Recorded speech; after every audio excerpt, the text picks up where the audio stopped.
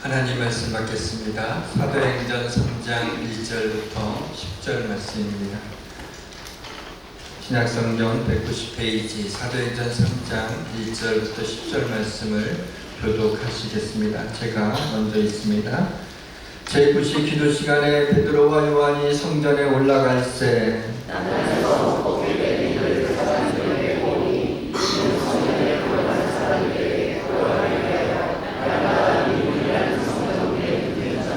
그가 베드로와 요한이 성전에 들어가려 함을 보고 구걸하거늘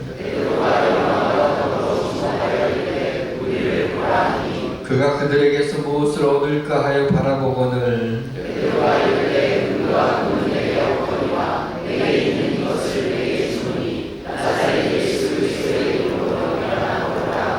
옷은 오른손을 잡아 일으키니 발과 발목이 곧 힘을 얻고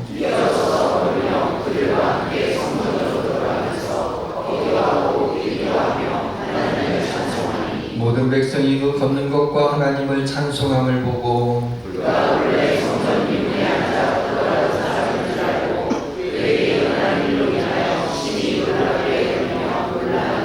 아멘.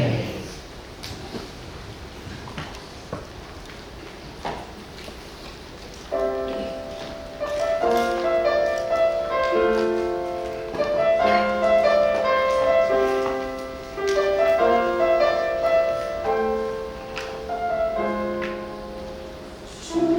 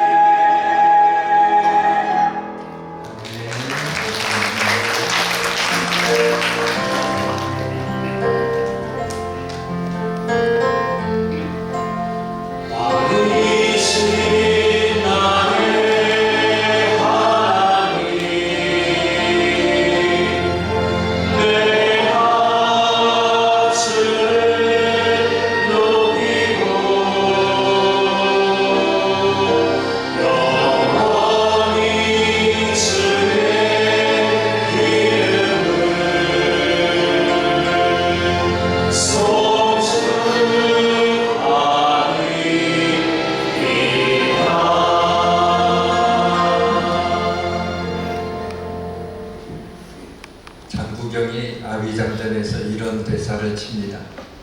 발 없는 새가 있는데 이 새는 날아다니다가 지치면 바람 속에서 쉰대. 이 새가 땅에 내려올 때가 딱 한 번 있는데 죽을 때래.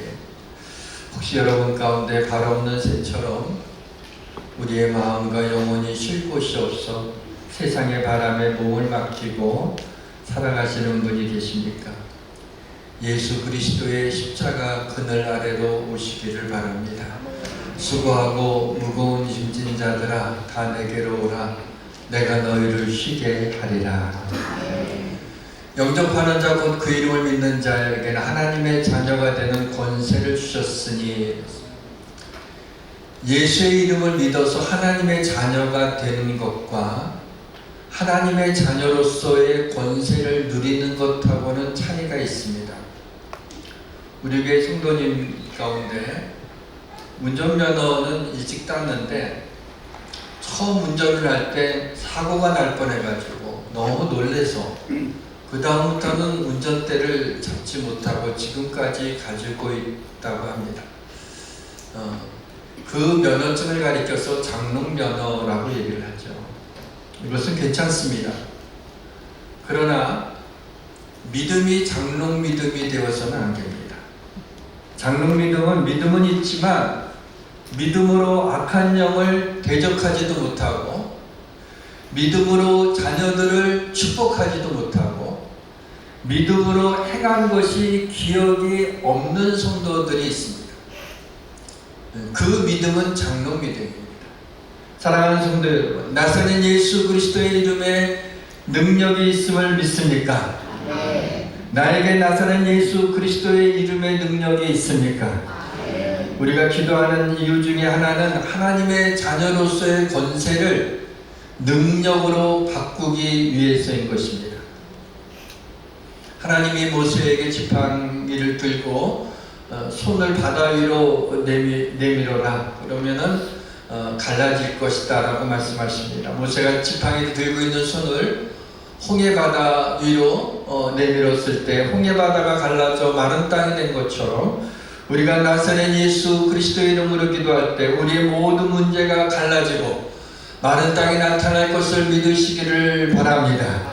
사랑하는 성도 여러분, 담대하게 우리에게 주신 나사렛 예수 그리스도의 이름으로 선포하십시오. 우리의 믿음이 대단해서가 아니라 예수의 이름의 능력이 있기 때문에 예수의 이름으로 선포된 말씀이 그대로 이루어지는 줄 믿으시기를 주님의 이름으로 축원합니다. 유대인들은 하루에 3번씩 기도했습니다. 아침 9시, 그리고 낮 12시, 그리고 오후 3시에 기도를 했습니다. 예루살렘에 살면 예루살렘 성전에 올라가서 기도 시간에 기도를 했고, 예루살렘에 살지 않으면 예루살렘을 향하여 창문을 열어놓고 그곳을 향하여서 기도를 했습니다. 오로지 기도에 힘써서 성령으로 충만한 그 제자들이 하루에 3번씩 기도하는 이 유대계의 전통을 따라서 기도를 했습니다. 다니엘도 왕의 조서에 조서의 왕의 도장이 찍힌 것을 알고도 자기 집에 돌아가서 윗방에 올라가 예루살렘을 향하여 창문을 열고 전에 하던 대로 기도한 것을 우리는 기억하고 있습니다. 우리는 약 먹는 시간을 정해놓고 시간에 맞춰서 약은 잘 먹지만 기도하는 시간을 정해놓고 기도하는 것은 잘 못합니다. 오순절 성령 충만을 받은 후에 사도들로 말미암아 기사과 표적이 많이 나타났는데, 이것은 당시에 초대교회가 빨리 성장해야 됐고 또 사도들을 통해서 널리 복음이 전파되어야 했기 때문에 놀라운 기적과 기사와 이적들이 많이 일어났습니다. 아프리카 땅에도 남미에도 중국도 예전에 처음 복음이 들어갈 때는 이와 같은 기적들이 많이 나고 특히 병고침을 받는 이들이 많이 있었습니다. 왜냐하면 그것을 통해서라도 복음이 널리 전해져야 되기 때문이었습니다. 그 많은 기적과 표적 중에 하나님이 한 가지 기적에 초점을 맞추어서 기록하게 한 것이 오늘 본문입니다. 이 시간 나면서 못 걷게 된 사람이 나사렛 예수 그리스도의 이름으로 자리에서 일어나 걷고 뛰고 하나님을 찬송하는 이 기적 이야기 가운데 오늘 우리에게 주시는 메시지를 찾고자 합니다. 주의 성령님이 부족한 종과 사랑하는 우리 성도님들에게 은혜를 베풀어 주시기를 주님의 이름으로 축원합니다. 모든 것이 잘 될 것입니다. 말씀을 준비하는데 살짝 고민스러운 것이 있었습니다. 오늘 본문에 나오는 이 나면서 못 걷게 된 이라고 하는 선천성 하반신 마비 장애인을 가리키는 거죠. 설교를 할 때는 좀 이해하기 쉽게 하기 위해서 또 설교하기 쉽기 위해서는 그냥 안진뱅이라고 이렇게 칭하는 것이 좋은데 혹시 이 말이 장애인을 비하하는 말이 아닐까라는 생각이 들어서 좀 찾아봤는데 그것을 높인 말이 못 찾겠더라고요. 그래서 성경에 나타난 표현 그대로 쓰는 것이 좋겠다라는 생각을 했습니다. 다만 영적으로 우리를 향해서 말할 때는 안진뱅이라는 단어를 쓰도록 하겠습니다. 본문 1절과 2절을 같이 읽겠습니다. 제9시 기도 시간에 베드로와 요한이 성전에 올라갔을 나면서 못 걷게 된 이를 사람들이 메고 오니 이는 성전에 들어가는 사람들에게 구걸하기 위하여 날마다 미문이라는 성전문에 두는 자라. 여기에 제9시가 나오는데 오후 3시를 가리킵니다. 그리고 사도행전 4장 22절에 보게 되면 나면서 못 걷게 된 이 사람의 나이가 40여 세로 기록이 되어 있습니다. 나면서 못 걷게 된 이 사람은 마치 물건처럼 택배 물건처럼 누군가가 성전 문 앞에 갖다 두어야 됐습니다. 영어 단어로 푸시라는 단어를 쓰고 있습니다. 나면서 못 걷게 된 이 사람은 날마다 성전 문 앞에 앉아 있었지만은 성전에 들어가 본 적은 한 번도 없습니다. 나면서 못 걷게 된 이 사람은 스스로 일어나지 못하는 하반신 마비 장애인입니다. 오늘 본문에 나오는 이 나면서 못 걷게 된 사람이 누구일까요? 우리입니다. 우리는 스스로 죄의 문제를 해결할 수 없는 존재입니다. 우리에게는 구원자가 필요합니다. 우리는 영적으로 안진뱅이입니다.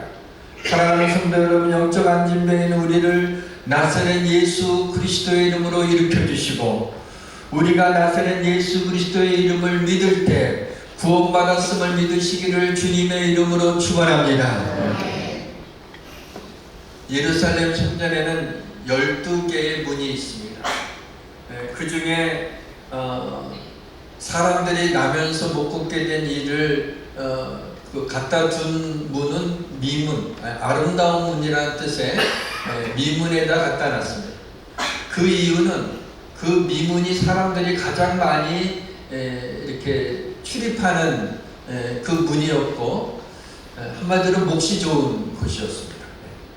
그런데 기도하러 올라가는 사람이 이 사람을 보고 성전 문 앞에 있으니까 그걸 피할 길이 없죠.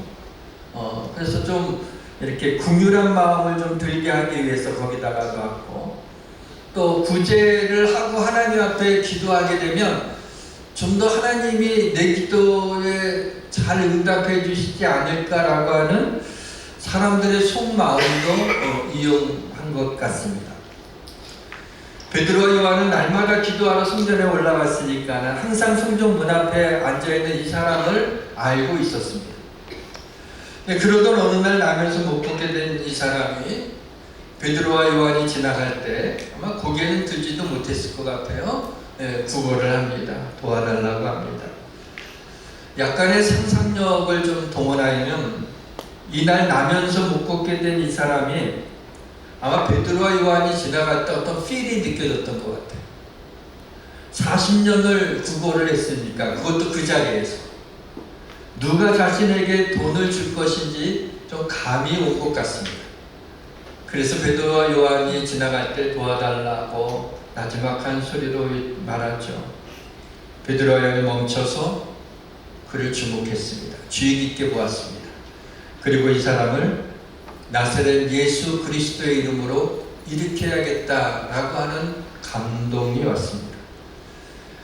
사실 이 사람은 하반신 마비만 온 것이 아니라 성전에 한 번도 들어가 본 적이 없었으니까, 성전 문 앞에 있었지만 한 번도 못 들어갔으니까 영적으로 마비가 된 사람입니다.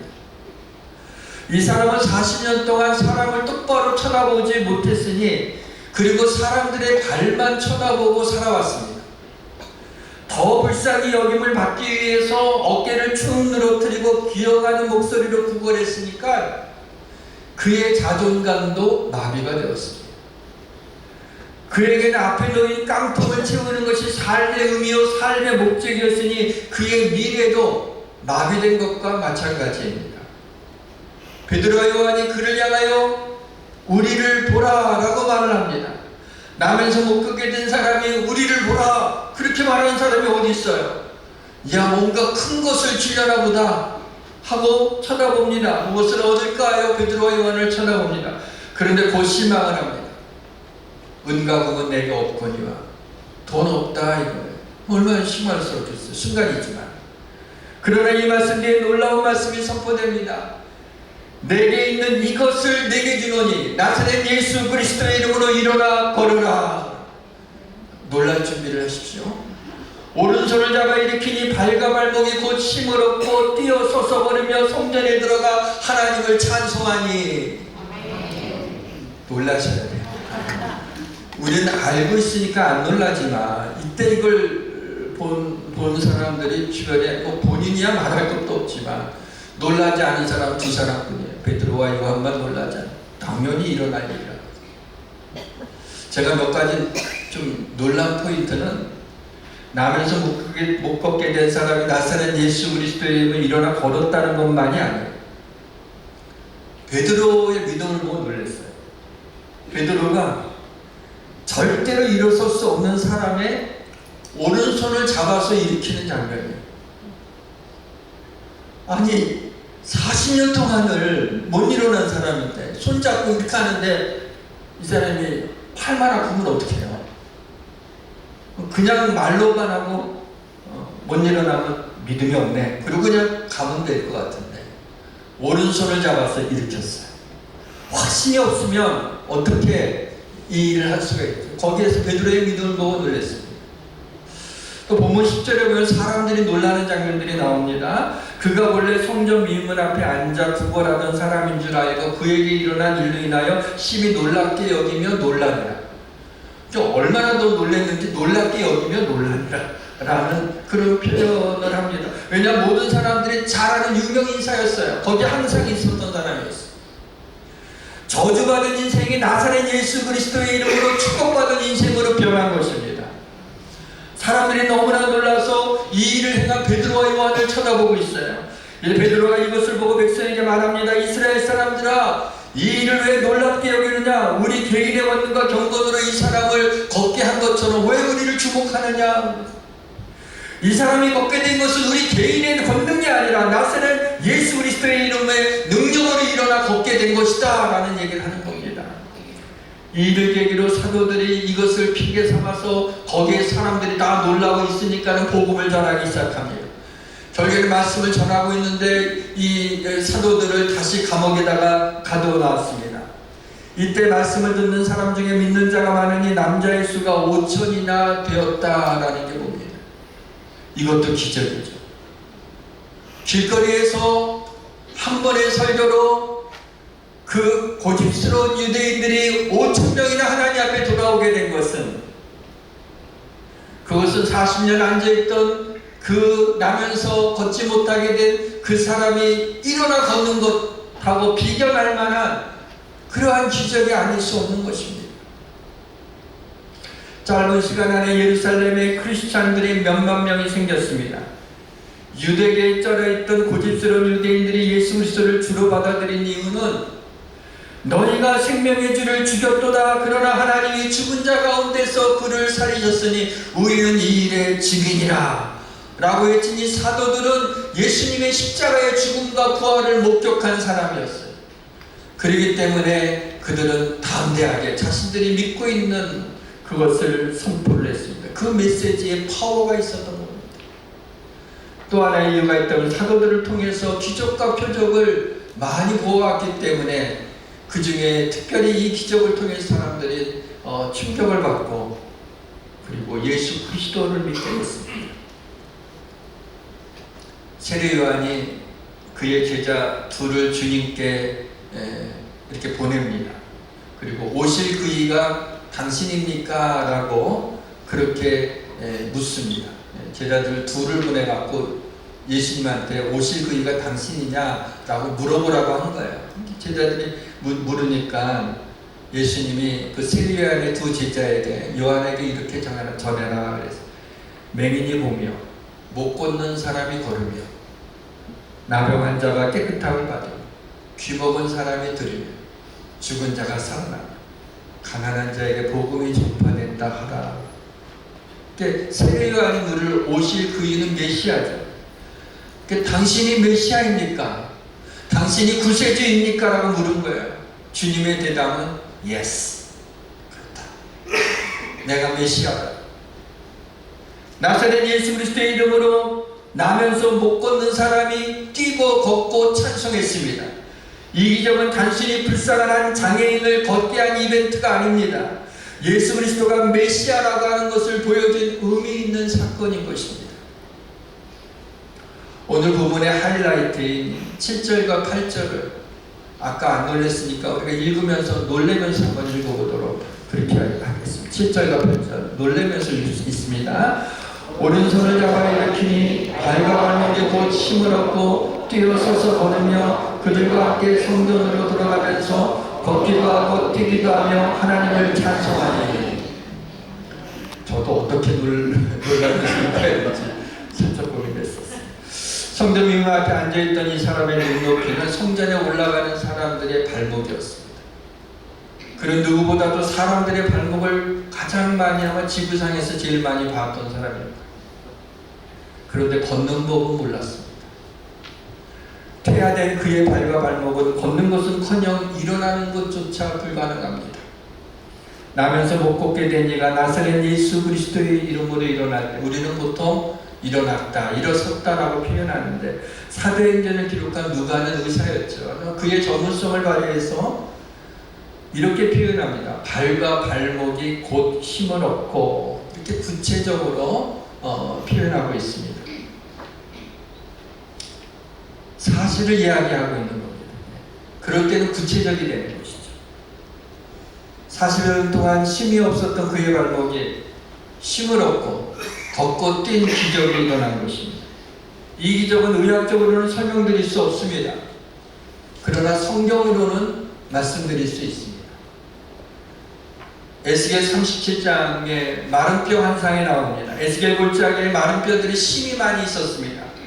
주 여호와께서 마른 뼈들에게 말씀하십니다. 내가 생기를 너희에게 들어가게 하리니 너희가 살아나리라. 이의 명령을 따라 태어나니 이 뼈 저 뼈가 움직이며 서로 들어맞아 서로 연결됩니다. 그 뼈에 실질이 생기고 살이 오르고 그 위에 가죽이 덮이고 생기가 들어갈 때 큰 군대가 되었다라고 합니다. 나면서 못 걷게 된 이 사람에게도 거의 뼈에 달라붙을 정도의 근육이 없는 그 발과 발목에 심줄이 생기고 살이 오르고 힘이 생겼습니다. 나면서 못 걷게 된 이 사람이 기적적으로 일어나서 걷는다고 하더라도 간신히 쓴 다음에 한 발 두 발 걸음마 하듯이 걷다가 이제 힘이 되면 그 다음에 뛸 수 있는 건 아니겠습니까?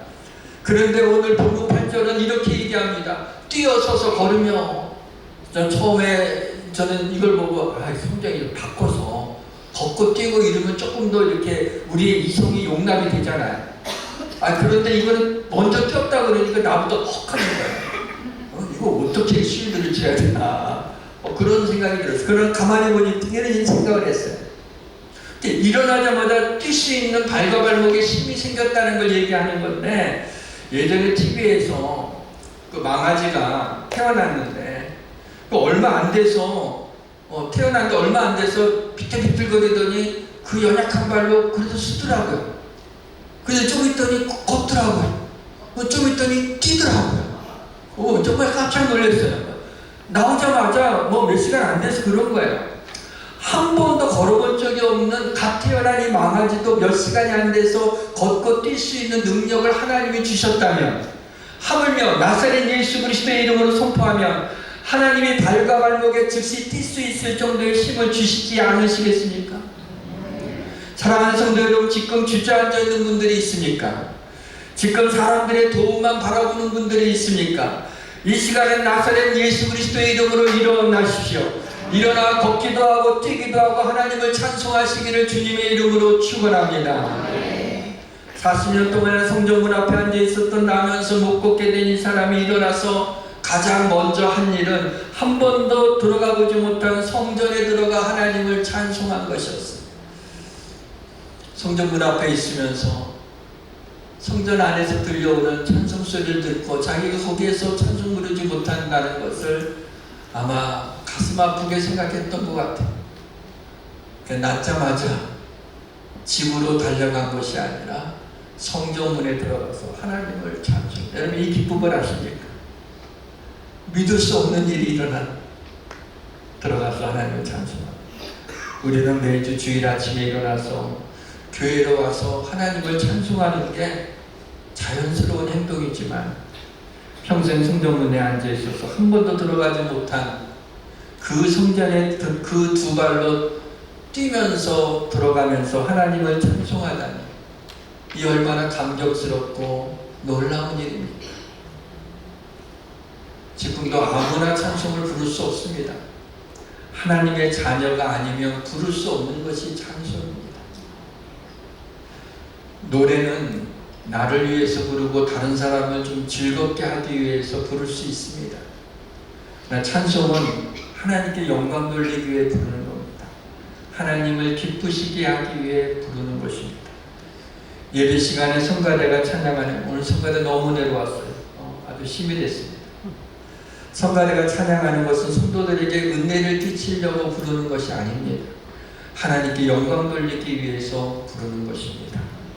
성가대가 찬양이 끝나고 박수치는 것은 은혜 받았다고 박수치는 것은 아닙니다. 성가대를 격려하는 의미도 있지만 하나님께 영광을 돌리는 믿음의 행위입니다. 나면서 못 걷게 된 이 사람이 얻으려고 한 것은 고작 몇 푼의 돈이었습니다. 그러나 베드로와 요한은 나사렛 예수 그리스도의 이름으로 걸으라 함으로 이 사람의 근본적인 문제를 해결해 주었습니다. 세상에 있는 것은 우리의 근본적인 문제를 해결해 주지 못합니다. 우리의 심령 깊은 곳을 만지지 못합니다. 오직 나사렛 예수 그리스도, 그분만이 우리의 마음을 만져 주십니다. 이 기적은 기도 시간에 일어났습니다. 기도로 성령 충만한 베드로와 요한이 기도 생활에 힘썼습니다. 그리고 기도했기 때문에 담대해져서 나면서 못 걷게 된 이 사람을 향해서 은과 금은 내게 없거니와 내게 있는 이것을 내게 주노니 나사렛 예수 그리스도의 이름으로 걸으라 라고 외칠 수 있었던 것입니다. 기도는 이 험한 세상을 믿음으로 살아갈 담대함을 주는 것입니다. 나면서 못 걷게 된 이는 40여 년 동안 아무 소망 없이 주저앉아 있었습니다. 누구도 거들떠보지 않았습니다. 사람들에게 부담스러운 존재였습니다. 수많은 사람들이 그를 보았지만 눈길도 안 주고 지나갔습니다. 혹시 눈이 마주치면 몇 분이라도 나가야 될 것 같아서 애써 외면하는 사람이었습니다. 투명인간 취급을 했습니다. 한마디로 존재감이 없는 사람이었습니다. 그러한 자에게 성령님은 베드로와 요한의 마음을 감동시켜 그를 일으키도록 했던 것입니다. 나면서 못 보게 된 이 사람이 바라지도 않았습니다. 구하지도 않았습니다. 그러나 베드로가 그의 오른손을 잡고 일으킬 때 나사렛 예수 그리스도의 이름으로 일어나 걸으라 할 적에 그가 뛰고 걷고 하나님을 찬송하게 됐습니다. 원하지도 구하지도 않았는데 이루어졌습니다. 이것이 은혜입니다. 우리가 주를 믿게 된 것은 우리의 믿음이 훌륭해서라고 생각하죠. 이미 주님이 우리에게 은혜를 주시고 우리를 사랑해 주시고 믿을 수 있는 마음조차도 주신 겁니다. 우리가 주님을 사랑하기 전에 주님이 먼저 우리를 사랑하셨습니다. 그 사랑에 이끌려 우리는 구원받게 되죠. 이것이 은혜입니다. 우리 인간은 걸어야 됩니다. 근데 그는 평생 걸을 수 없는 사람이었습니다. 인간은 꿈을 가지고 살아야 됩니다. 그러나 그는 내일에 대한 소망이 없는 사람이었어. 그는 걸을 수 없었고 내일에 대한 소망이 없는 사람일 뿐만 아니라 자신의 이 불행한 불구가 자기 인생의 밥벌이가 되는 참 안타까운 사실입니다. 사람의 동정을 사야 살아갈 수 있는 참 가장 이 땅에서 불쌍한 사람이었습니다. 더군다나 당시의 장애인들은 먹고 사는 것보다 더 힘들었던 것이 있었는데 장애인에 대한 편견과 오해 때문입니다. 특히 하나님으로부터 저주받은 인생이라고 하는 당시 사람들의 인생은 장애인들 얼마나 고통스럽게 했는지 모릅니다. 나면서 걷지 못한 이 사람은 억울한 인생이었지만 세상에서 가장 불쌍한 인생이었지만 베드로가 나사렛 예수 그리스도의 이름으로 일어나라 라고 선포할 때 하나님이 그의 인생을 뚫고 들어와 그를 일으키고 뛰고 걷고 성전에 들어가 찬송하게 하였습니다. 그는 이제 세상에서 가장 놀라운 일을 경험한 사람이 됐습니다. 가장 기쁜 사람이 됐습니다. 가장 큰 축복을 받은 사람이 되었습니다. 만약에 그에게 은과 금이 주어졌다면 이렇게 기뻐할 수 있었을까요? 이 자리에 수십 년이 지나도 그냥 주저앉아 있는 믿음을 가진 영적 안진뱅이가 있습니까? 있습니다. 이 시간 하나님이 여러분의 인생을 뚫고 들어와 영적 안진뱅이가 나사렛 예수 그리스도의 이름으로 걷고 뛰고 찬송하는 역사가 일어나기를 주님의 이름으로 축원합니다. 말씀의 문을 닫겠습니다.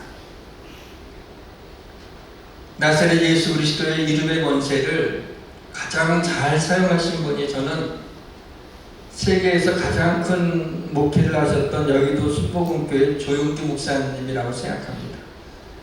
조용기 목사님에 대한 평가는 여럿이 있습니다. 저도 조용기 목사님에 대해서 전폭적으로 지지하지는 않습니다. 그러나 조 목사님이 젊었을 때 폐병을 앓다가 나음을 입고 그때부터 강력한 신유의 은사로 병자들을 고치는 그렇게 하나님이 사용하신 것은 틀림이 없습니다. 하나님의 역사가 많이 나타났어요. 조용기 목사님의 일화를 하나 보게 됐습니다. 그리고 솔직한 조용기 목사님의 그 고백에 그리고 하나님의 역사에 너무 은혜를 받았습니다. 잠깐 보도록 하겠습니다.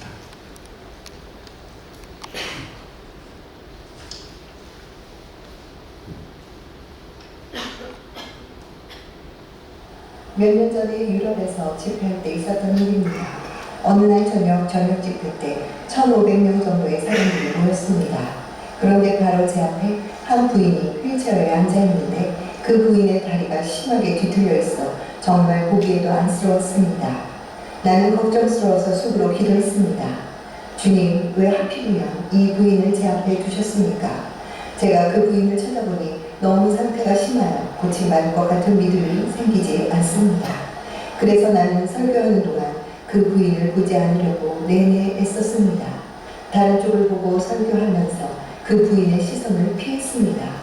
그녀의 모습만 보면 나의 가슴에 찬물을 끼얹듯 간담이 서늘했기 때문입니다. 그런데 설교가 끝날 무렵이었습니다. 갑자기 성령께서 내 마음속에 말씀하셨습니다. 걸어 내려가 그녀를 일으켜 세워라. 나는 아연 실색하여 이렇게 대답하였습니다. 성령이시여, 정말 저보고 내려가 일으켜 세우라고 하시는 겁니까? 그녀는 너무 뒤틀려서 절망적입니다. 예수님께서는 가능하시겠지만 제가 어떻게 그녀를 일으킬 수 있다고 그러십니까? 저는 못해요. 저는 두렵습니다. 그러나 성령께서 단호하게 명령하셨습니다. 네가 가서 일으켜 세우라. 오, 안 됩니다. 저는 두렵습니다. 나는 또다시 거절했습니다. 그래서 나는 휠체어에 앉은 부인을 제외하고 다른 사람들을 향해 성령께서 보여주신 치료의 말씀을 전했습니다. 처음에 소견 여인이 치료받았습니다. 내가 그녀를 향해 나오라고 소리치자 그녀는 매우 놀랐습니다. 그녀는 갑자기 눈을 뜨게 되자 너무 놀라 비명을 지르며 기절하고 말았습니다. 그런 다음 강당에 모인 수많은 사람이 치료받기 시작했습니다. 나는 예수의 이름으로 모든 병에서 고침받게 될지어다 라고 큰 소리로 명령했습니다. 그런데 성령께서는 집요하게 명령하셨습니다.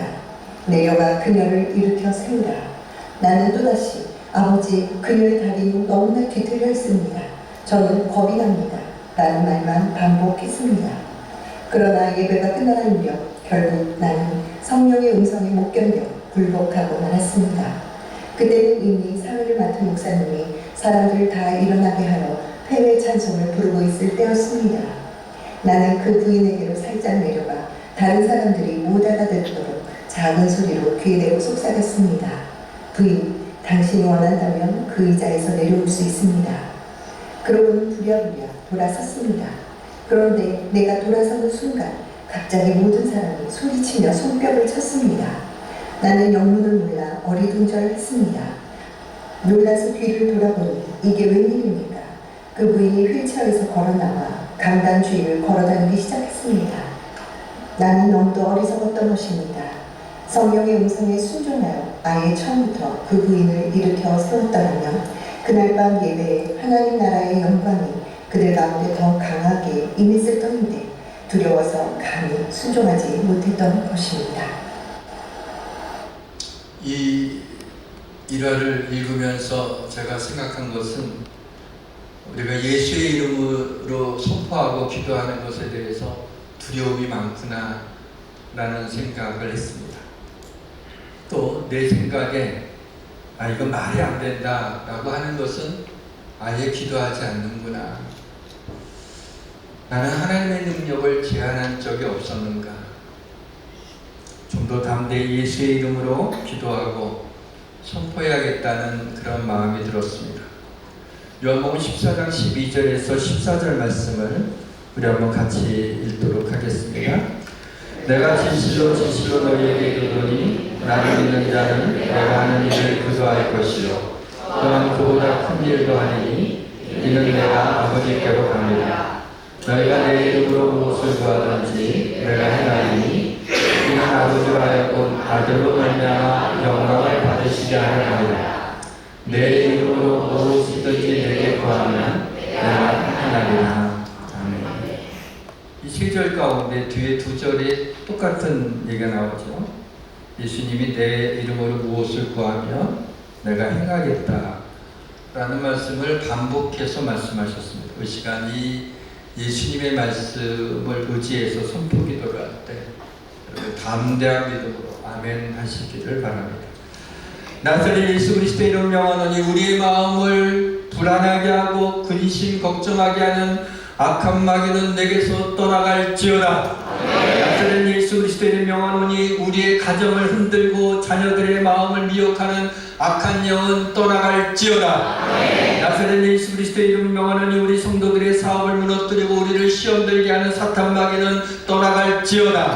나사렛 예수 그리스도의 명하노니 우리 몸의 치명적인 질병과 고질적인 병, 마음의 병은 내게서 떠나갈지어다.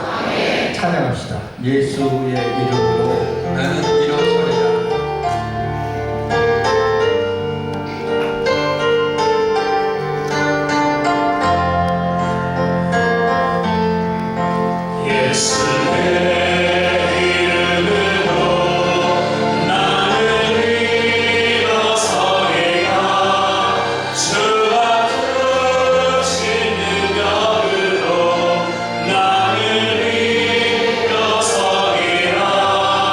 원